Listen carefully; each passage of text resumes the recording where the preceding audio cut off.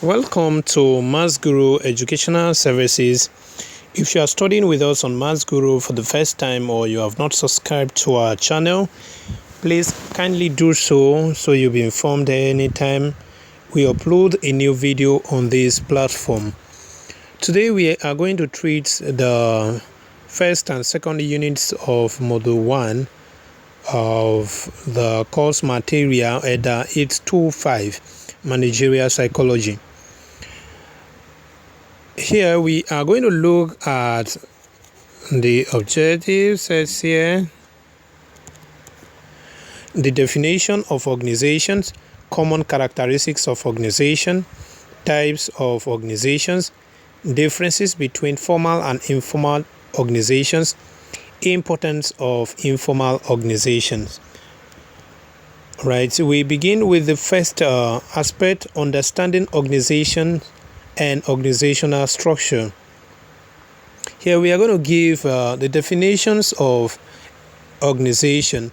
As seen here, we have a definition from the Oxford Advanced and Learner Dictionary that an organization is a systematic arrangement for a definite purpose.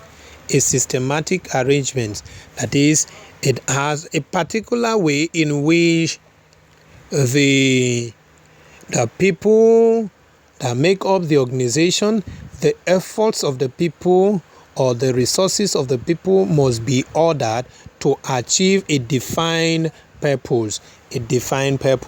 For Skin, in 1970, an organization is the rational coordination of activities of a number of people for the achievement of some common explicit goals through division of labor and functions and through a hierarchy of authority and responsibilities. Here we have some characteristics of organization highlighted here. That the first one is that it involves a rational coordination of activities. Rational coordination of activities, that is, the efforts, the resources of the people, the actions of the people involved in the organization must be ordered in such a way that the achievement of goal will be easy. The achievement of goal is the sole purpose of structuring any organization which is formal. So we have a defined goal for every formal organization. Another thing is that organization is made up of a number of people. Only one person does not make an organization. So organization involves two or more people coming together to combine their resources, to combine their efforts for the achievement of a set goal, a set objective, or a set purpose. And another characteristic of organization stated here is common explicit goal. Organization must have a common explicit goal. That is, the goal must be defined. It must be stated such that every member of the organization is aware of the goal they are set to achieve. Then there is division of labor in an organization. What do we mean by division of labor? It is a segmentation of activities to be performed into different parts so as to be performed by different persons. We have various activities that are involved in making certain things or in actualizing a certain objective. These activities are divided into different parts such that the parts will be handled by different persons in the organization. So that is what we mean by division of labor. And there is hierarchy of authority in organization, like the formal organization. We know those are the higher level and those at the lower level, those who give instruction and those who will carry out the instruction given. Now, the third definition here is that organization can be described as an integrated system of interdependent structures and functions. The second definition we stated earlier implies that there is division of labor, there is a segmentation of the activities to be performed. These activities that are segmented, or these activities that are let's say they are divided into different parts to be performed by different persons, shows that an organization can be departmentalized. That is, the coming together of these various departments or various sections of the organization is what we are referring to as integrated system. It is made up of different arms, different sections, or different segments. And these segments depends on one another. Each of the segment is dependent on the other for it to function well. The fourth definition of organization here is that given by Ezioni, 1964, an organization may be defined as a social group that has been deliberately constructed in order to achieve certain specific goals. The purpose of structuring an organization is for the achievement of a goal that is stated here. And one thing that is explicit here is that organization is a social group. Being a social group means it is made up of human beings, because human beings are social beings. And another thing that is shown here is deliberate construction. This is applicable to formal organization anyway. The formal organizations are deliberately constructed, but the informal organization can come into existence spontaneously. We shall look at that later. Finally, an organization, according to Olagboye 2004, can be defined as a collection of people, this is still recurrent here, who have united together to pursue and achieve a common aim through collective efforts and the pooling of resources. This has added two more characteristics of organizations, which is collective efforts. It involves collective efforts. It also involves pooling of resources, the putting together of resources for the achievement of a set goal. Now let's look at common characteristics of organizations. The common characteristics of an organization includes the following: composition of people. Yes, an organization is made up of people. Shared objectives. There must be a defined goals which should be known to every member of the organization. Allocation of resources. Yes.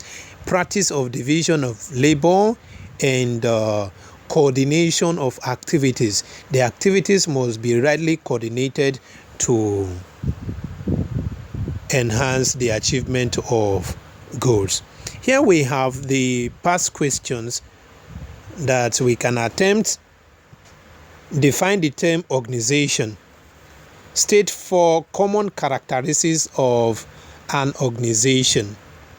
We can attempt this. If you cannot do this by now, please kindly backward your video and then get that information clearly before you proceed. Differences between formal and informal organizational structures. So we are going to do this in tabular form to compare the two different types of organization that we have, the formal organizations and the informal organization. All right, the first difference outlined here is that formal organizations are deliberately created to serve a purpose. For instance, the church and mosque cater for the spiritual well-being of their members, and the schools are for teaching and learning, transforming the learner into an educated being, such that the person can contribute to the well-being of the society and himself. On the aspect of the informal organization, they are spontaneously created. They are out of mutual interest and close interaction. Number two, the formal organizations have set rules and regulations to guide the behavior of members, and rights and duties of members are also taken into consideration here. You can see that formal organizations have constitution. The constitution is made up of rules, documented rules that must be obeyed by a member of the organization. But in the informal organization, there is nothing like that. Instead, we have unwritten rules and norms. Number three, period of membership is defined in formal organization. You know when a member comes in, and you know when a member will go out or goes out of the organization. But in the informal organization, the period of membership is undefined. Some people will not even know when they become the member of such organization. They found themselves acting in line with the people. Then number four, the formal organization accounts for delegation of authorities, while the informal organizations account for social interaction of the people. By people coming together, they form such organization to serve their mutual interest. The number five, formal organizations have clearly defined hierarchies of leadership. You know who is in control, you know who is the boss, and you know those who are the subordinate. But in the informal setting, all are of the same grade. Everybody is the boss. Informal organizations do not follow hierarchies for authority at all. Number six, authority is appointed from upper levels of the hierarchy. But in the aspect of informal organization, we don't even know of authority. We don't have any established authority. So there is less emphasis on authority of a member. Here we have questions also to attempt explain formal and informal organization. So from the differences we stated, you can simply explain the formal and informal organization. The B section said, okay, define conflict. This is not part of what we're going to discuss today. Maybe in the next class we shall take this into consideration. All right. Informal organization. Informal organizations disruptive tendencies have disruptive tendencies. There is a mistake here. Informal organizations have disruptive tendencies if not carefully managed within a formal organization. You know, some informal organizations exist within a formal organization. It is not even some. All informal organizations exist within a formal organization. So if they are not carefully managed, they could hinder the progress of the formal organization. But if they are well managed, they have great advantages that will aid the productivity of formal organization. So we have number one here, informal organization can introduce reliable innovations that could even be adopted later as part of the formal pattern of operation. Like in the school setting, some clubs can be adopted by the school if the purpose, the goal will be to the growth of the school. Like the Jet Club that was formed by when I was in secondary school, it was adopted by the school, though we started it together, but later adopted by the school. It started as an informal organization, but later it became a formal organization. It became well known to the school, and the school adopted it. Then the second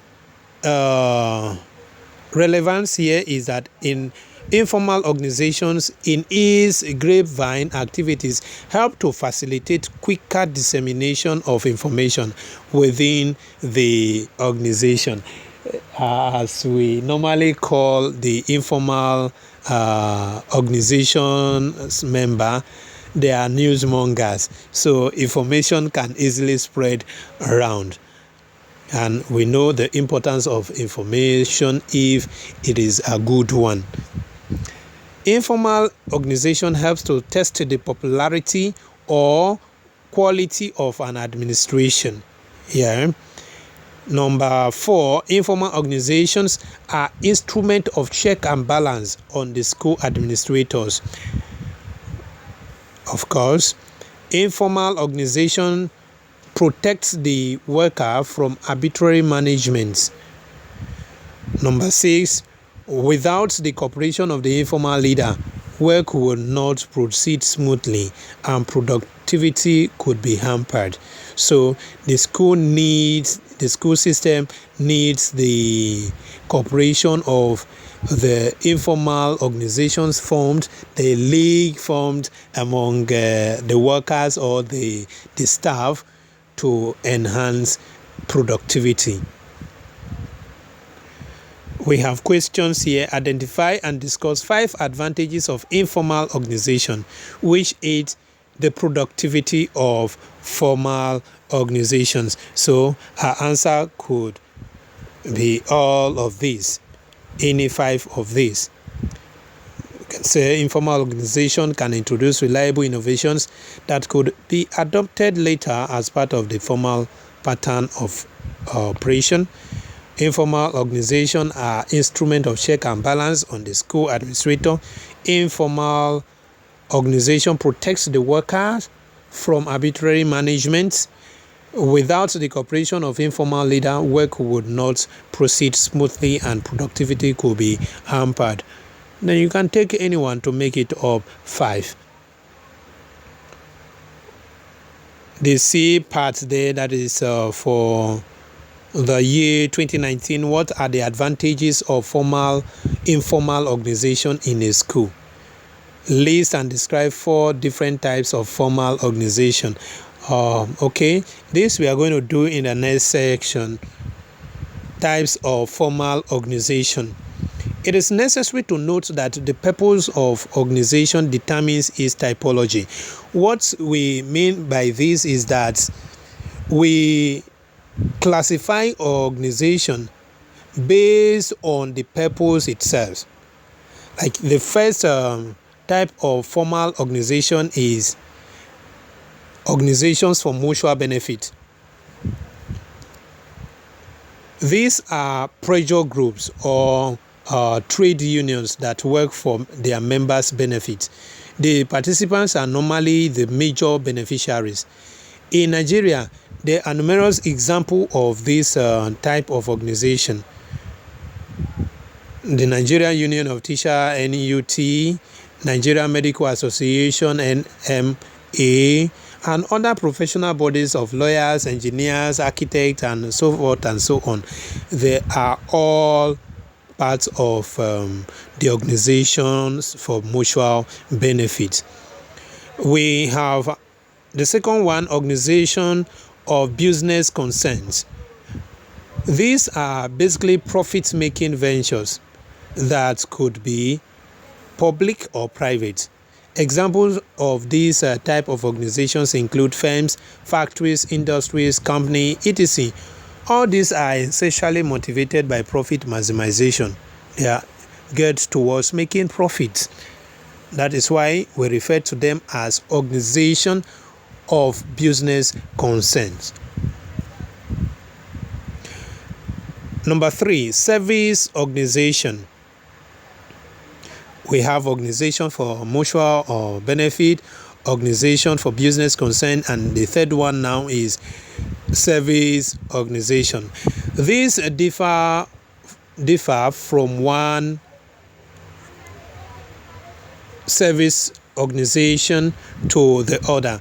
Whether formal or informal, they select their clients which they wish to deal with, and their clients participate on a voluntary basis. Examples include schools and hospitals. Here, they are good examples. They could apply stringent criteria in the selection of clients, and at the same time, the potential clients are compelled to accept their services. So, what we need to know about this is they are mainly service provider organizations. All right, so we have a service organization. The fourth one is Commonwealth organizations. These are organizations that do not have other value apart from attending to the welfare of the society. We have police, for instance, the government forces. These are the types of organizations considered here. They exist to ensure peace, progress, and order, as well as tranquility. We have other questions here. Describe the 4 types of organizations that exist. So we're talking of formal organization. We have the organization for mutual benefits, organization of business concern aimed at profit maximization. We have service organization and Commonwealth organization. We have explained the following types of formal organizations. This one is stated explicitly: organizations for mutual benefit, organization of business concern, service organization, Commonwealth organization. And we also have another questions taken from 2019. List and describe 4 different types of formal organizations. It's still talking about the same thing. Thanks for studying with us. Please subscribe, like, and comment so as to know how to serve you better.